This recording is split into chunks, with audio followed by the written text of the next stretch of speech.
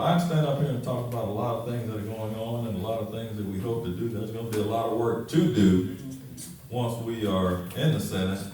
But I wanna stop right here and just give you the opportunity to ask me and these other candidates questions, and we'll try to answer those as long as we are able.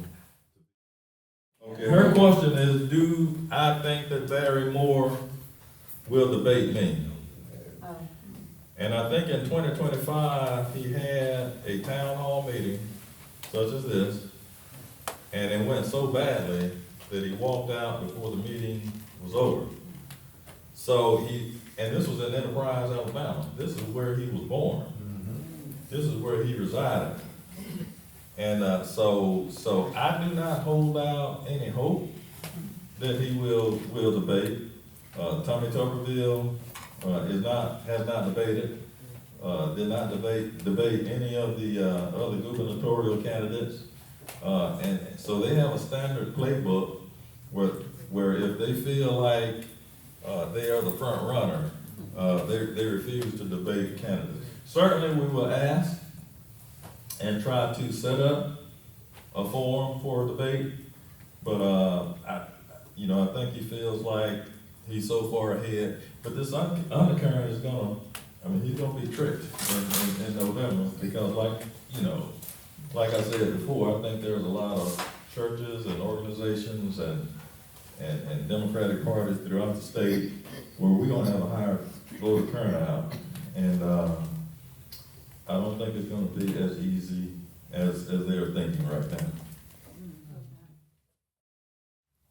Mr. McInnes, we went to hear him speak a few weeks ago, and one of the topics at the top of his list is the issue of Congress members being able to trade in stocks, which is essentially insider trading. And, right. And he wants to eliminate that, which I think is a good thing. And one of your main issues is the redistricting right now. That is correct. And this morning I read in the New York Times that there is a bill on the table which would eliminate this insider trading from Congress members, which is great. Buried in that bill, though, would include passing the SAVE Act, which is, Of course. of course, this is a hypothetical at this point, but obviously when you're our next senator, this sort of scenario is bound to play out and all the implications that come with it. How do you see yourself dealing with such a predicament? Okay, trading for Congress. So let me tackle that one first. I do not think any Congress persons should be able to trade because of the conflict that they have in knowing, what might happen nationally by being on committees and knowing people who are on committees, even if they're not on the committees. So I am 100% and would 100% support any bill that comes up that bars Congress from trading. And then the next question was about the SAVE Act. I'm vehemently against the SAVE Act because I do think that it disenfranchises voters. And this is something that has gone on in this country for years. Right. We had the poll taxes and count the beans and recite the Declaration of Independence back in the day. So this is just another thing that they're doing. Well, maybe we can redraw these lines and say that it's not because we're disenfranchising women or African Americans. We will say it's because of our political party. But when you look at the effect, it's a delicate. Okay? So, and as far as merging the two bills together, I will work to make sure. I would work to make sure that we separate those two issues. And yeah, they put those two issues together to cause a conflict, and they can come out and say, you didn't vote for this bill or you did vote for this bill. So, but I will work to make sure that those two issues are separate and have their own standalone, bills. All right?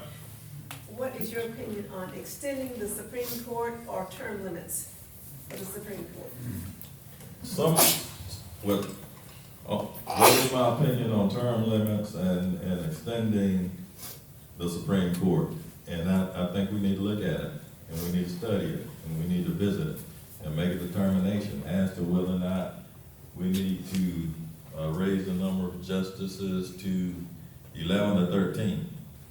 Some of our Supreme Court justices, I think, stay in for life and may not be as effective in their later years. I think we might need to look at Term limits? possibly coming up with cognitive tests once you reach a certain age. And I saw a proposal today where someone wanted to propose that we give Supreme Court justices 18 years. Yeah, that's what I think so.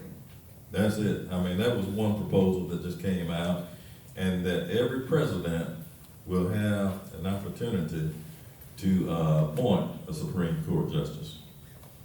And within a certain period of time, they get to do that.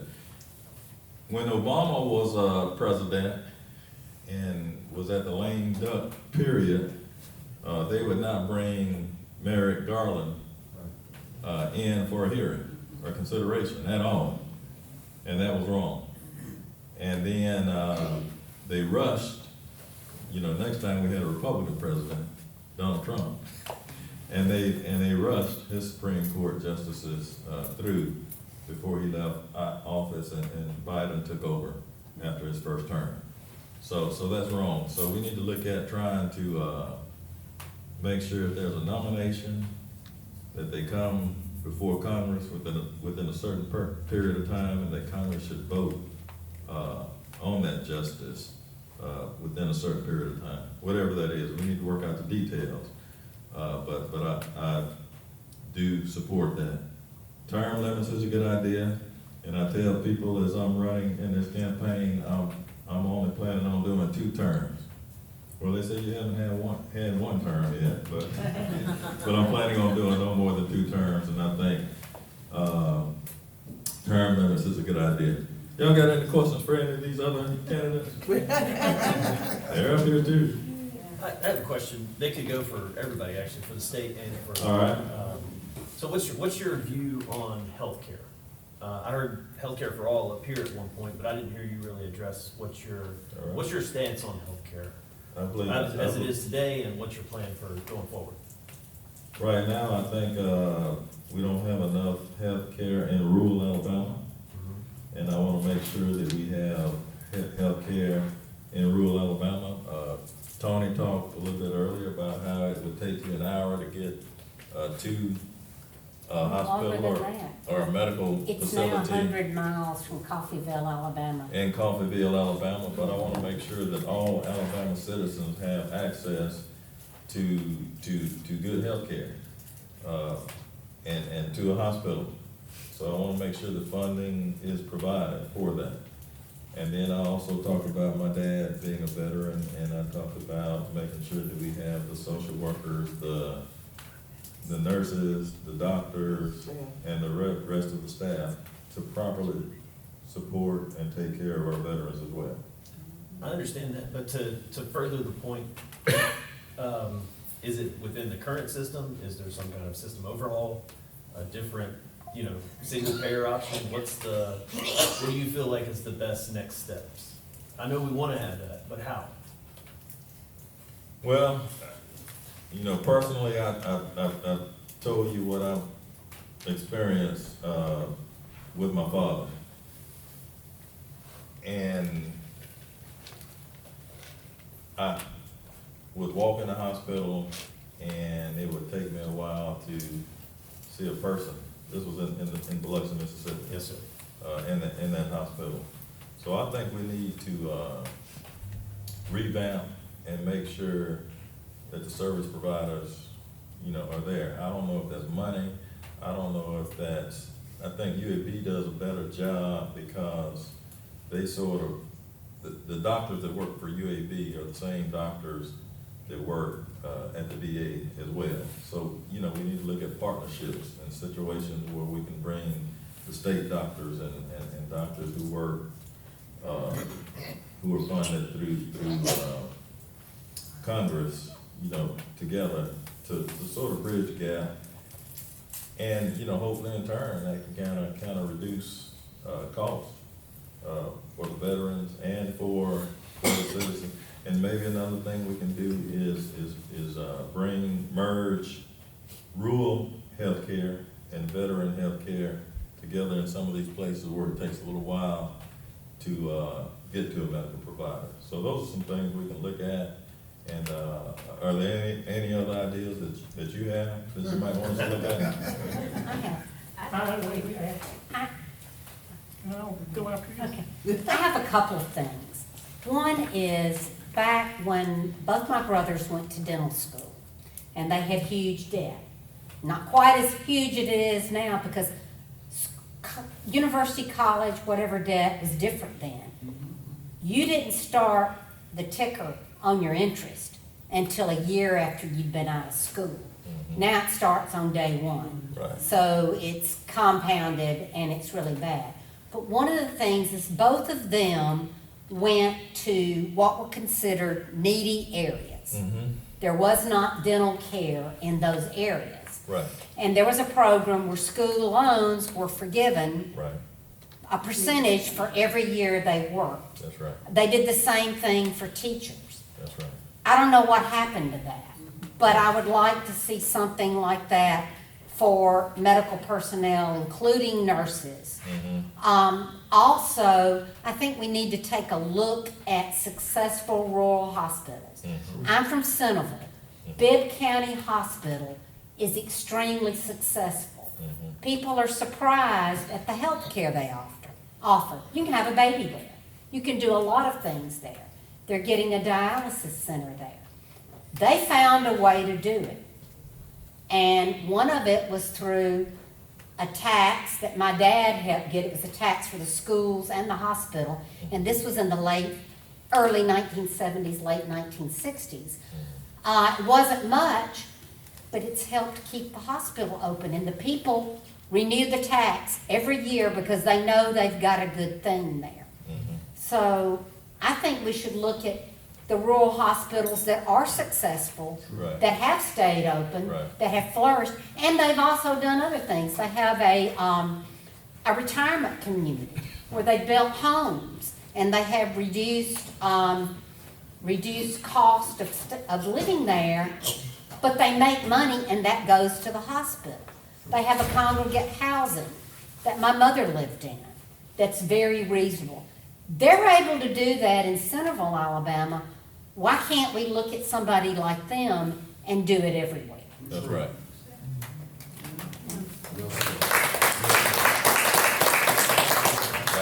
I'll also say that, we have a funding problem in this state when it comes to healthcare. But I think above the funding problem, we have a stewardship problem. Right. And that's with the government and it's with the private companies that are operating out of these hospitals. My dad's worked for Morrison Healthcare for close, if not over 30 years. He does hospital food service. He manages the kitchens. And the stories he will tell you about hospital management pushing problems under the rug until they are at a crisis level will make your head spin. I'm not going to say exactly which hospital this is, but there's a hospital in the state of Alabama, and I believe it was a water boiler had gone out. I could be wrong, but I believe it was a water boiler.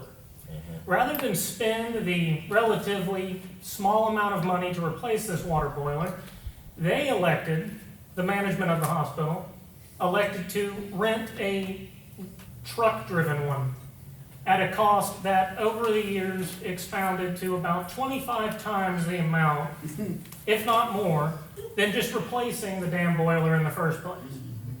And it's management problems like that that are causing a lot of our small hospitals to go out.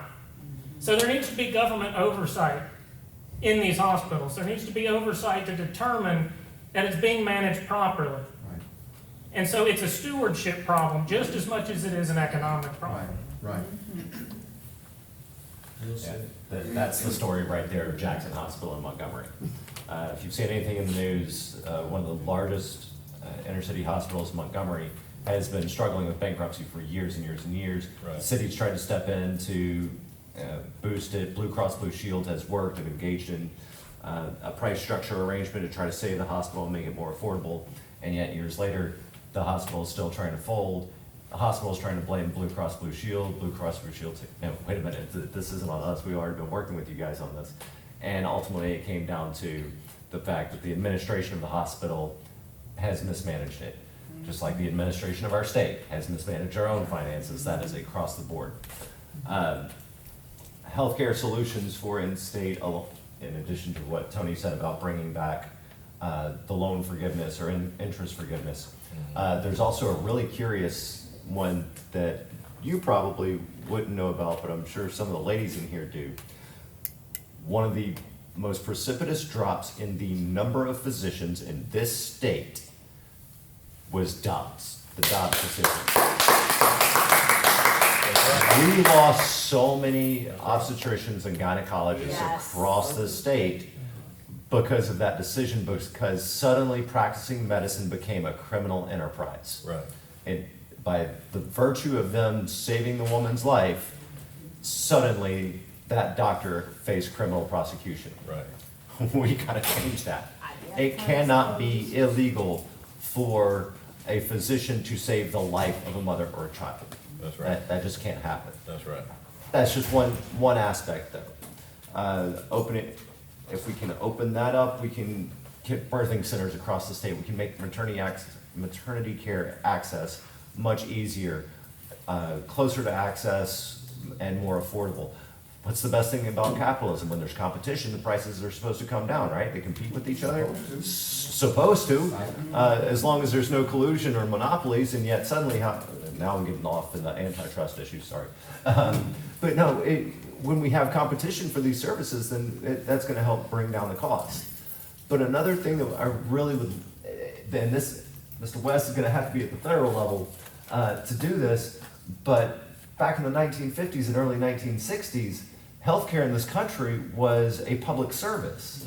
Sort of like what power providing is supposed to be. Hint, hint. Sort of like what water providing is supposed to be. It's a public service, a public utility. We were guaranteed or promised in the Declaration of Independence life, liberty, and the pursuit of happiness. So healthcare, the right to life, is something that needs to be provided for as a service. And we had that at one point in time. And then lobbyists got involved. And then they stayed involved. And they never left it. And the lobbyists get rich. And the CEOs get rich. And 33% of the people of all claims get denied. Right. And that has to be made illegal. That's negligent homicide. And we can, among other things, rework the criminal justice system so that if you break the law, if you injure somebody, if you kill somebody, you're actually held to account about that. And accountability and the stewardship there will go a long way to help reducing the overall healthcare costs and solving our problem of access to healthcare and the affordability of healthcare. And federally, we need to repeal those laws that threaten doctors to be arrested Right. for providing Yes. medical services. Right. We need to repeal the laws when, somebody is taking somebody across state lines. That's federal, interstate commerce, to receive medical care. So that's one of the first things we need to do. Politician has no business, in my opinion, trying to make decisions for women, families, and their medical care and doctors. So we need to get in there and repeal some things. And, Tony's correct. We need to give incentives for doctors to work in rural areas, to work at veteran hospitals. And I think the Clanton standalone emergency room has been working well. That's not Coffeyville, but that's just another idea where they just put that standalone emergency room right off the interstate, and you have people coming through, I-65 from all kinds of places, and that place stays full. So, you know, that was ingenious in putting that together. But one thing too is the whole idea of, when you go to a facility, the first thing they wanna see is your insurance. Right. You know, and so people have to have access to insurance in order to go to these facilities, that if they are there or not there, whatever, but they've got to have that insurance. That's the key, that Medicaid, when Governor Ivey refused to accept all that Medicaid money from the Right. government, you know, that was hurting so many people. So- Medicaid expansion is on Yeah. the state legislative And leaders it's- and the Doug government. Jones So says talk, he talk will about, sign. talk about that a little bit. Yeah, so they have insurance. Funding has been provided We just through have not. Congress. Yeah. The funding has been provided, it is set aside, but our legislators have not accepted. Yeah, That is something we could solve walking in. right. Good. Well, Day it's one. something that the governor could solve by the stroke of a pen. It doesn't even have to go in the legislature. And sorry, y'all, I told you I was retired and I'm not used to wearing heels. Dealing with some of us that's, you know, up in age now, and we have parents that we have to take care of, Yes, ma'am. and you have to choose between staying at home with your parent or going to work. Why haven't anyone ever tried to think of some kind of way to help working people where they can keep their jobs and they can be at home taking care of their parents too? I have something. I'm a senior too. And at one point, I was sandwiched between, and I have a husband who's even more senior than I am, and he just spent a week in the hospital. So, but I was sandwiched between my parents who lived well into their 90s and my child who we got later in life. And I think it's like a childcare situation. The same thing that could be looked at as childcare. Let's find avenues for elder care. Again, it would be something I would have to look at, but I kind of see it, not that seniors, not that your parents are children, but they need care. Well, federal and state, we could provide tax credits, as Toni was speaking, and that would help, to some degree. So there's a lot of issues going on there that each can have an incremental solution to them. A large portion of SNAP recipients in the state aren't young families or children, it's also the elderly.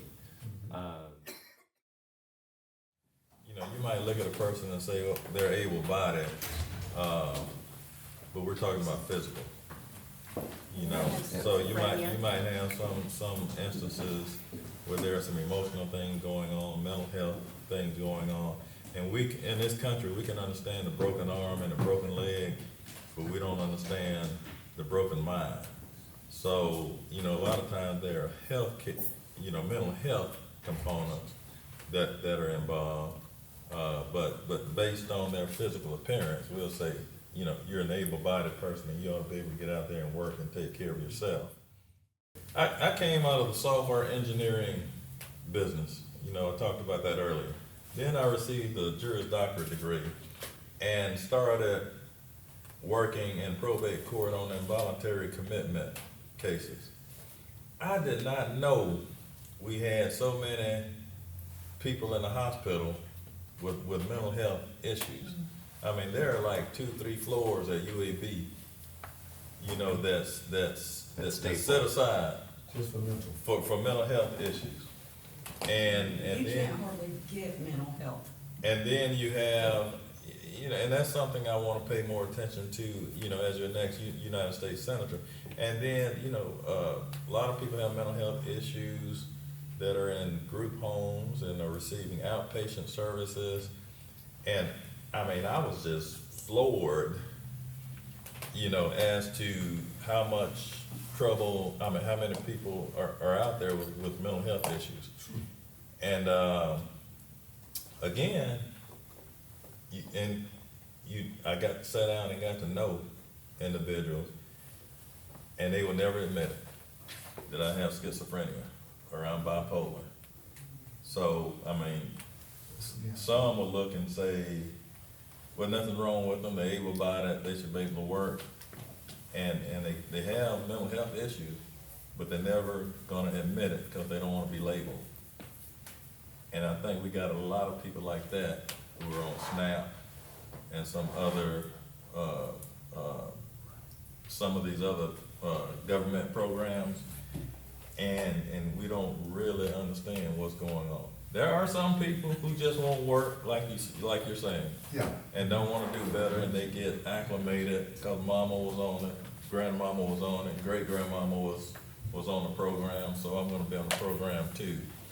But sometimes there are other issues, and I think you have to look at everybody, you know, on a case-by-case That's what I'm basis, saying. and not just make that general. And on top of that, though, to address the litany of costs, affordability, care issues that directly impact seniors, we've got to try to find multiple ways to at least achieve small victories, right? So food security would be one. Healthcare is definitely one. Expanding Medicaid would definitely help a vast majority of them. Improving our nursing home or assisted care living facilities, assuring that there's no abuse there and that they're up to certain standards, maintaining those standards and accreditations is definitely a part of it. But while they're at home as well, expanding services for home health care through state agencies is one idea that other states do. Eliminating property taxes for seniors of a certain age. It might only be a few $100s a year, but you know, that's a few $100s a year that can go to something else that senior needs, you know?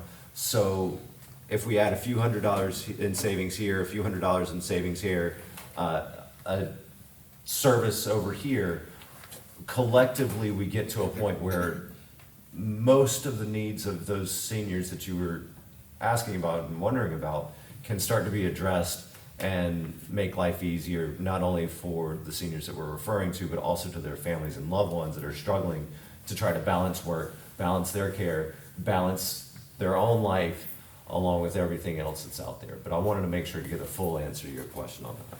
I hope that helps. Ma'am, when did you lose your mom? In 2020. Was it from COVID?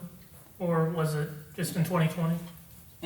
She suffered from a massive stroke. A massive stroke? Yeah, I'm sorry to hear that. I just wanted to tell you that. thank you. I also want to say that, you know, there's a ton of programs that we can list off and say that this is how we might be able to help. But I'm not going to sit here and say that anything we do can make all of these problems go away overnight. I mean, these problems that we're having in this state took 45 years to create. And it's 45 years of mismanagement. It's 45 years of taking the systems we put in place and throwing them in a trash can. And because we've gotten rid of these systems, we've become obsessed as a state in treating the symptoms of problems rather than what's created these problems. Now, we can give tax incentives. I agree with that. We can make different programs that help you get into an appointment faster. But we have to figure out why those became problems in the first place before we can actually fix the problem. Because if we just keep treating symptoms in this state, the cancer is just going to keep showing up in a different way. And so I might be the only politician or guy trying to be a politician that'll ever sit here and say, I don't know the exact answer to your question. All I know is that I'm a smart enough individual to sit down in a room with healthcare professionals and ask them, not a lobbyist, not somebody who does, you know, is going to have to write the check for the problem. What is it we need to do? Because, you know, I lost my grandmother to medical malpractice. My other grandmother has surgery after surgery and wonders how she's going to pay for them. And my parents are having to wonder, how do we get her to those surgeries? How do we care for her when she's recovering for those surgeries? And it's the fact that our economy is where it's at, that a lot of those problems are to the extent that they currently are. And so we have to work across the whole board because nothing is just going to be a panacea for one problem. Right. We're not gonna fix any problem in the state with this one thing. It's gonna take everybody working together, and it's gonna take talking to the people in their fields who are experts, not just the people elected because they're good at giving an answer at the end of the day. So I don't even know if my answer was very good, but that's how I feel about it. And I also just wanted to say, I am very sorry to hear about your mother. Yes, sir. Yeah, I would like to say to my sister over here, one of the problems that we're having with issues like what you're saying is that people that have situations like your situation, they don't bring them to the candidates. They're family members that probably going through the same thing you're going through, but when we get to talking to candidates, they're not here. They don't bring it up. And I would like to say the problem in Alabama with healthcare is it's not an issue for those that are governing. If you're in Washington and they paying your pension, your health care, you don't ever have to go out and buy eggs, you don't have to go out and pay for gas, you can fly where you want to fly, live in 2 houses. You're not thinking about taking care of the everyday things. And the I thing couldn't agree more. about the thing about the candidates we have here tonight, they're where we are. They need to hear what we're going through. Now, if we were having one of the $500 plate meals tonight, me and you wouldn't even be there. And so this issue wouldn't even come up. They were talking about the war, transgenderism, abortion, and all of those things. And ain't none of those things got our gas high, got our groceries out of line. None of those things going on. And so I just raised my hand. I wasn't gonna say nothing but telling you, the people that are in your life that are going through those things. I just had to put my aunt in the nursing home. It was one of the most, one of the most annoying, frustrating things because her, at her income level, hardly have any kind of money. You would think the system was gendered to help her first. And it seems like the ones at the bottom, that's the system pushes them out more than anybody else. You can't get a private room. If you get a private room, they gotta take all of a check. To take all of a check, you can't pay a cell phone bill, just thing after thing. And candidates that stand before us that are billionaires, millionaires, flying on planes, 3 or 4 houses, they have no idea this is what we're going at. But if we come to these kind of meetings and tell the candidates, I don't wanna hear all this in the pie sky stuff. How can you fix me getting my grandmama or my mother into the nursing home? How can we fix my children's school where they go to school in August and they don't even have an air conditioner in the state of Alabama? Or we've got billions of dollars for all of these other things, build new jails and all of this, and we've got counties in 2026 that don't have one hospital facility. We ought to be ashamed of ourselves to even think about it. One of the good things, and I'm on my soapbox now, is that all this happened under Republican administration. I can say that. All this stuff. We had hospitals where everybody could have a baby in their county before we let y'all have everything. And now we let y'all run things, and y'all want less government, and want to talk about guns and all of this. And now we got people can't even have babies within a 100-mile radius. And it's been years and years and years of Republican neglect Yes. the people. And our we will not- if I can representatives say this last time, hide Ms. Vaughn, before she go, I was telling her, we have to tell our people that got these real stories. This is where the majority of us are living. We are not concerned about the Strait of Hormuz, Iran. We don't even, most people I talk to, if you ask me, are you a communist or a capitalist, they ask me, is that an Alabama fan or an Auburn fan? I don't even know what it is. So those words don't ring to the majority of our population, but the majority of our population that can hold our senators and our legislators' feet to the fire, they at home right now. They watching, they on Facebook talking about the problems, but are not coming to the meeting and saying, okay, I know you want to be my senator, I know you want to be my legislator, but if you're not talking about the everyday things, then you're really not helping me. And once they hear it more, then it'll become more of an issue for them. And This is why we have town halls. And you won't find my representative, Mr. Gary Palmer, having one. He's the $500 plate man. And I don't exactly know where Mr. Lance Bell is either. I do. I'm glad somebody does. I know where he's not gonna be. Because we might have to ask for proof of life, because his Facebook hasn't made a post in 2 months. He made 3 in the past year. His website is a Wix out of order page at the moment. But if anybody here tonight ever needs to get a hold of me, I don't have a P.O. box listed as my address on my campaign. It's my home address. Wow. My personal cell phone number, not an office phone, is what's on my card and on my pamphlet. If you guys need to get a hold of me, and even if you're not in District 11, or if you know somebody who has a problem in this state who's not in District 11, please give them my address if they want to write me, give them my phone number, and they can call or text. Because I'm not just running for District 11, I'm running for the state of Alabama. Yep. And that's everybody in this state. So, I have a ton of them over there. Feel free to grab one and just save it in there. Just write my name as the contact, because that's all you're going to get, because it's my cell phone. Right. So if you don't show up to a vote, we can knock on your door at 2 a.m. Yes, you can. Right now. And back to your question again, I talked about my father being a veteran and then going through veteran health care in the hospital, and he was 89 years old when he died. And even with that, they were saying, well, you got X number of days, to be in the hospital, then you gotta get out. And he was an elderly veteran. And that's what I'm talking about, we need to do something to make sure that our veterans are taken care of. But also our seniors and what you're talking about. So, and that extends, beyond, just the veteran, even though my dad was an 89-year-old at the time that he died. So I empathize with what you've gone I think I saw a question over here.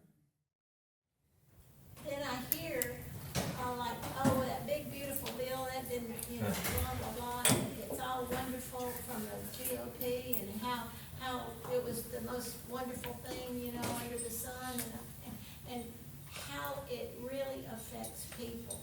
That's what we've been all talking about, how things affect people.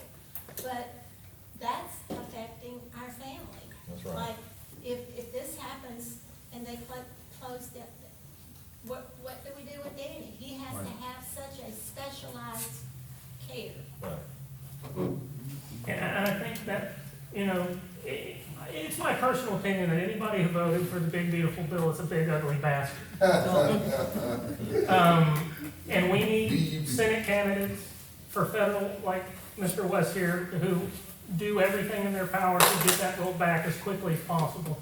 Because the problem is when we pass bills like that, the effects are immediate when they go into effect. And the amount of time it takes to get rid of it, you don't know. And so, like, the problems like that, they're going to expound and get bigger and grow bigger and get worse. Right. We have got to get rid of it. And we have got... actually talk about it to the people that are up there. So it puts Danny, in a quandary, because, like, what's gonna happen to him?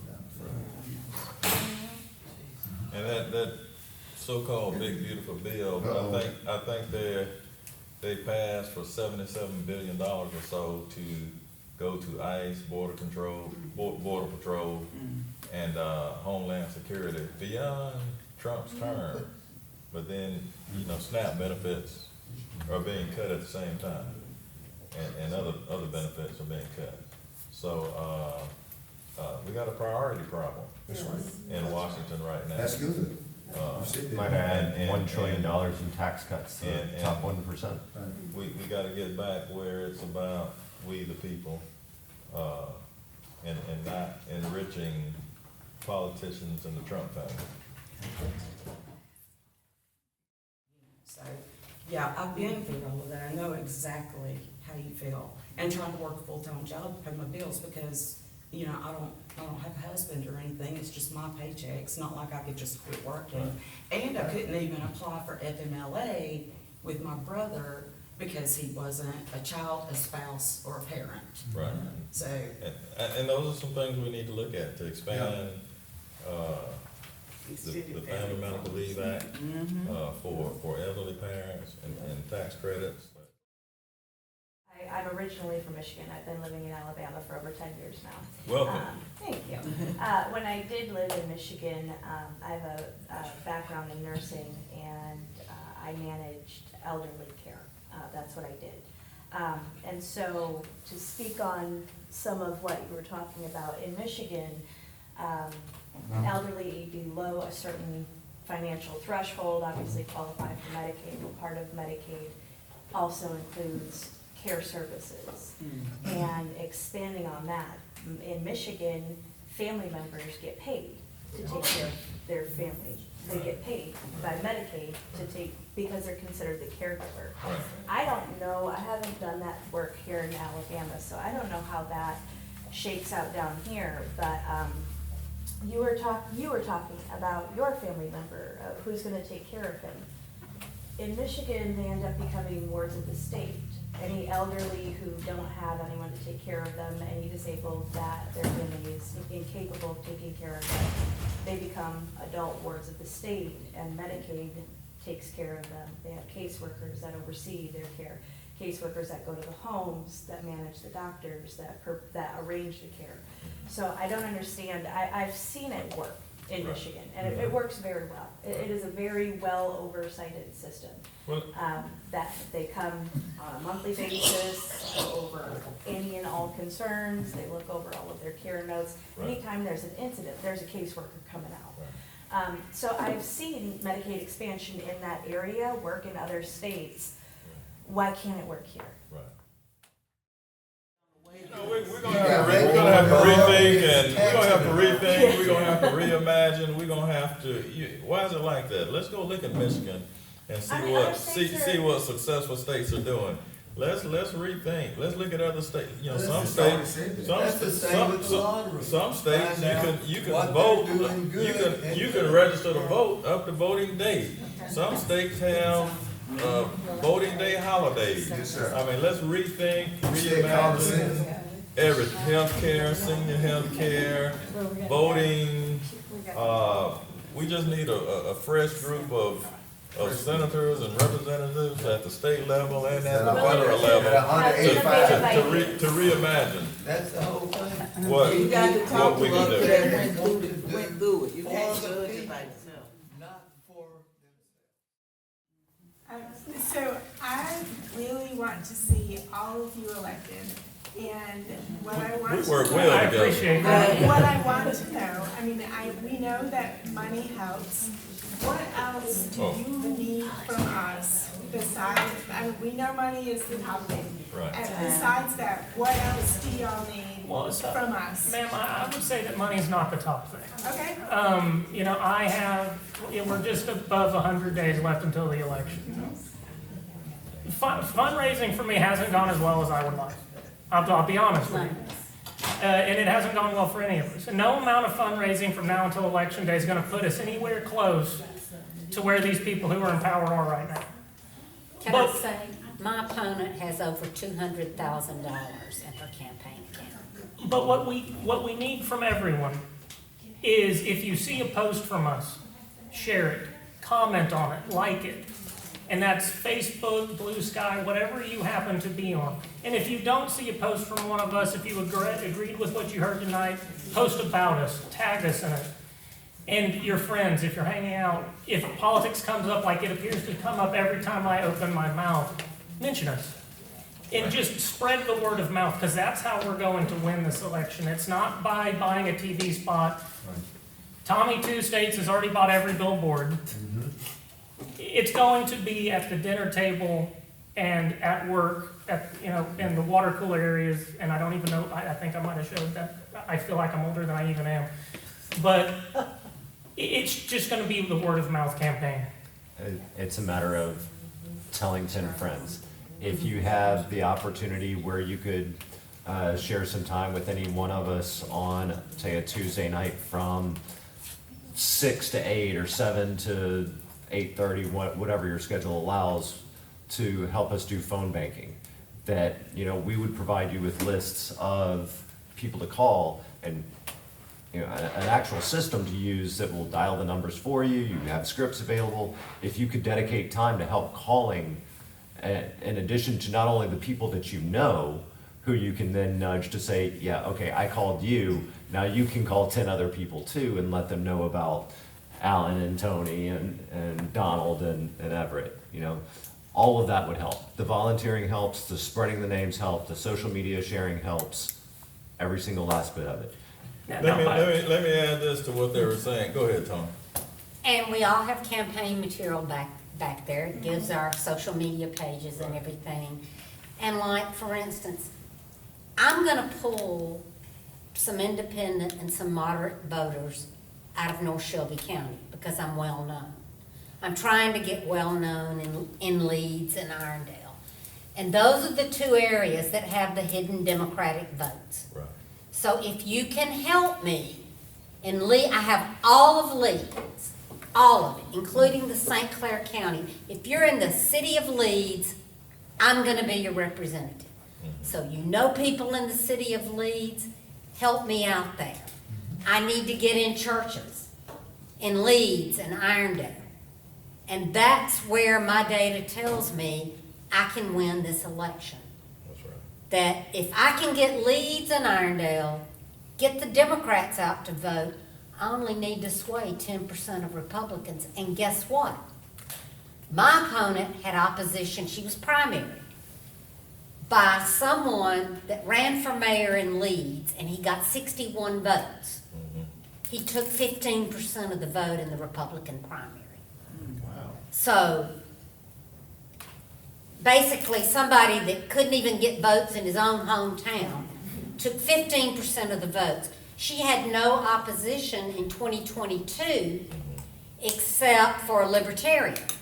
And that was the first year they changed the lines, which made it more democratically winnable. But nobody's run in this district since that was changed. That's right. But she had a libertarian that got 15% of the vote. Something practical we can do. It's real. I had two gentlemen who said it doesn't matter if I vote, they're gonna do what they wanna do, it's not gonna make a difference in my life. And Jesus Christ is gonna take care of me. And I looked at both of them at different times. I said, tell you what, I'm running for United States Senate. This is my first time running for this seat. And I know you, I said, you know me, don't you? They said, yeah. I said, well, why don't you go cast your first vote ever for me during the primaries? And I talked to the wife said, I can't get this guy to vote. The other guy's wife said, I can't get him to vote. He went and registered to vote, and he voted. Both of these guys voted in the primary for the first time for me. And when I saw them again, I said, hey, I thought you said your vote didn't matter. You got me in. And they were laughing and happy and excited, and they're excited about voting in November now. And I asked them to, and that's what I do as a candidate, but I asked them, go tell your friends and family and neighbors and church members, I know Everett, and I know, you know, we believe that voting, it doesn't matter. It's not gonna make a difference. But I know Everett. I want you to go and specifically vote for Everett. I want you to specifically go vote for Allen, Toni, and Donald. So sometimes making it personal can help.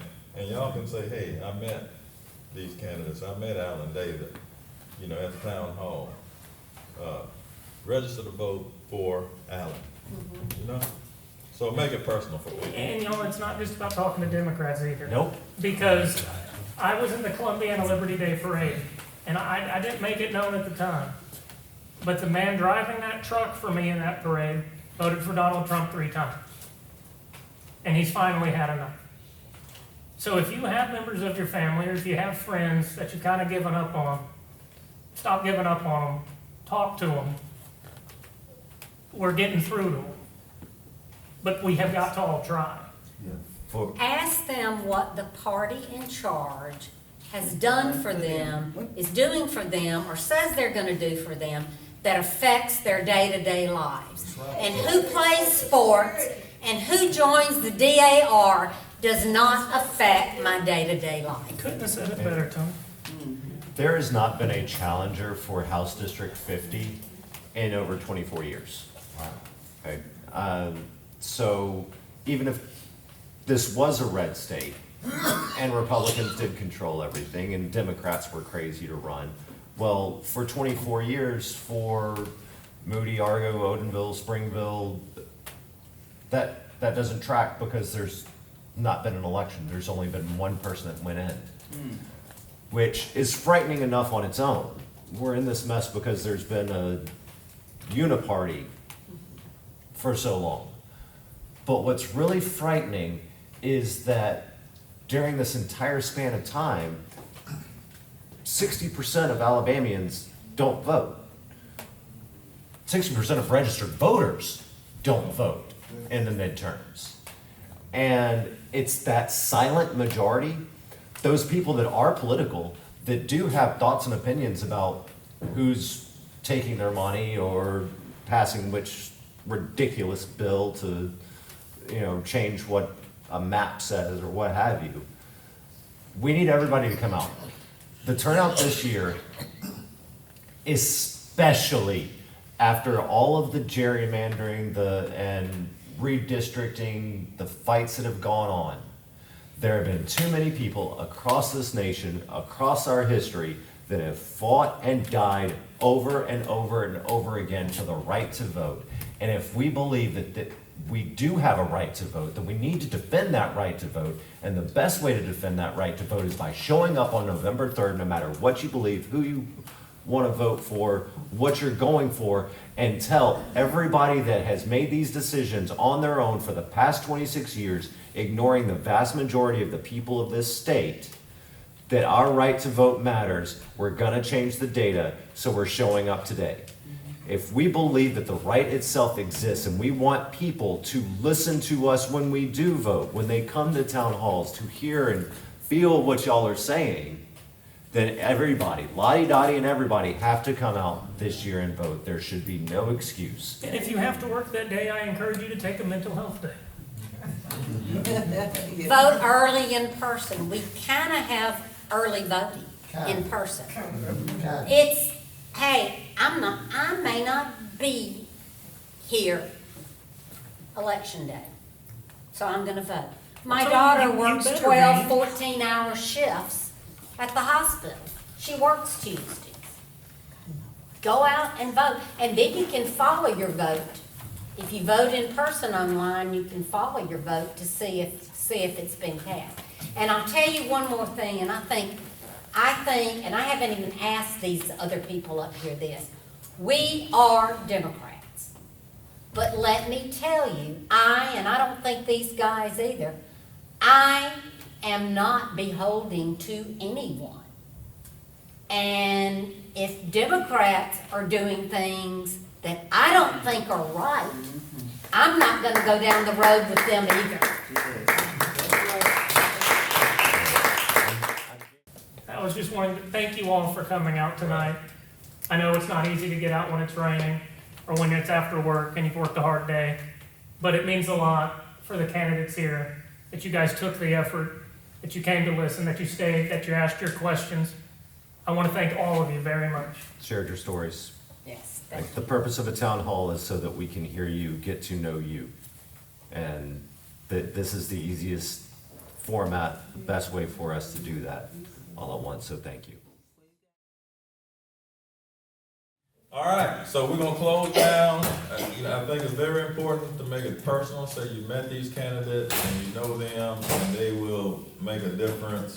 Cause I've been preaching, blood, sweat, and tears, and people have fought and been beat with disability, and that doesn't seem to work. But make it personal. That is important. That is true. But make it personal, and just say, "Do it for me," or "Do it for you." All right. One of my favorite presidents said, "Change does not come if we wait for some other person at some other time. We are the ones we've been waiting for. We are the change we see." Let's go out and make that change. Thank you all so much.